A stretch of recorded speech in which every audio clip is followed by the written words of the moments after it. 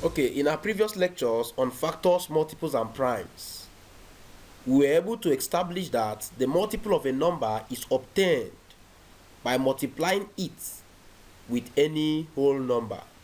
For instance, we said that the multiples of 10 are 10 times 1, which is 10, 10 times 2, which is 20, 10 times 3, which is 30, 10 times 4, which is 40, and so on.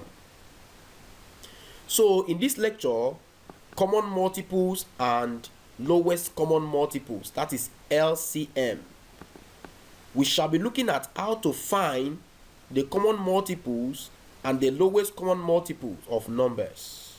Now let's begin. We say that a multiple common to two or more numbers is known as a common multiple. So whenever a particular multiple is common among two or more numbers, that multiple is usually referred to as a common multiple. Then the least or lowest of these common multiples is usually called the lowest or least common multiples. That means among all the common multiples in a number or in two or more numbers, the least among them is usually called the least common multiple, or LCM in short.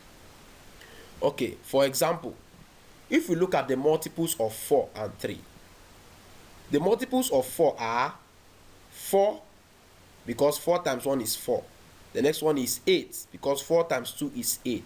The next one is 12 because 4 times 3 is 12. The next one is 16 because 4 times 4 is 16, and so on. Remember, multiples of a number doesn't have an end. It continues indefinitely. That's why we have the dots. That's the ellipses. Okay, the multiples of 3 are 3 because 3 times 1 is 3. 6 because 3 times 2 is 6. 9 because 3 times 3 is 9. 12 because 3 times 4 is 12, and so on. So below are the multiples of 4 and multiples of 3. Now, if you look at the multiples of 4 and 3 critically, you can see that there are some numbers that are common among them. So the numbers that are common among them are the highlighted numbers, which are what? 12, 24, 36, and 48. So it means that the first 4 common multiples of 4 and 3 are 12, 24, 36, and 48. Now, if you still expand the multiples of 4 and the multiples of 3, you can still get many other common multiples. So we are only limiting to the first 4 common multiples. Now, among these 4 common multiples, the least among them is 12. It therefore means that the least common multiple, or LCM, of 4 and 3 is 12. I hope you understand what we just explained. Please, if you don't understand it, quickly go back to the lecture and look through it again. But for the purpose of time, we're going to advance. Now, we're going to show you a simpler method for finding the LCM of a number. Okay, we're going to still consider the example we just finished solving. Now, the multiple, that is the LCM of 4 and 3. So the first question is now, find the LCM of what? 4 and 3, or 3 and 4. The one we just solved. But we want to show you a more easier method for doing this. Now, the first thing, we bring down our table, okay? A diagram, then we now place 3 here. We now place 4. This is the first thing to do. Now, we look for a number, the smallest prime number that can divide 3 or 4. So we start with 2. Of course, 3 divided by 2, there will be a remainder. So we say cannot, right? For this sake. Remember, when 2 goes into 3, there must be a remainder. So it means that 2 cannot split 3 without a remainder. So we still bring down 3. But 2 goes into 4. That is 4 divided by 2 gives us what? 2. So the smallest prime number that can divide again is 2. Of course, you know, if 2 goes into 3, there will still be a remainder. So we still bring down 3. But if 2 goes into 2 is what? 1. Then the next prime number that we can use here, of course, is 3. Because we have exhausted 2. So 3 goes into 3 is now what? 1. And of course, the 1 still remains. Therefore, the LCM of 3 and 4 is equals to 2 times 2 times 3. 2 times 2 is 4. 4 times 3 is what? 12. And that is what we got. The LCM of 3 and 4 is what? 12. Please take note of this. We are going to use this a lot when we are solving problems involving addition and subtraction of fractions.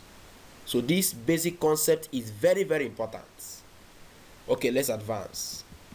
Example 2 says, find the LCM of 36, 18, and 40.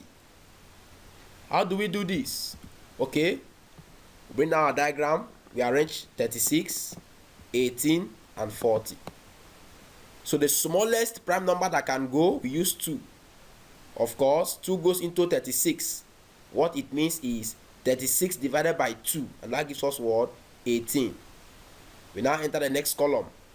2 goes into 18. That is 18 divided by 2, right? And that gives us 9. We enter the last column. 2 goes into 40. That means 40 divided by 2, and that gives us what? 20. The next prime number we are going to still use is 2. We now say 2 goes into 18, or 18 divided by 2. That gives us what? 9. 2 goes into 9. Of course, there will be a remainder, right? So we still bring down the 9. Then 2 goes into 20, and that gives us what? 10. Because we have not exhausted 2, so we still use 2. 2 goes into 9. Of course, there will be a remainder, right? So we still bring down 9. 2 goes into the other 9. There will still be a remainder, right? So we bring down 9. But 2 goes into 10. That gives us what? 5. The next prime number we are going to use is now 3, because we have exhausted 2. So 3 goes into 9. That gives us what?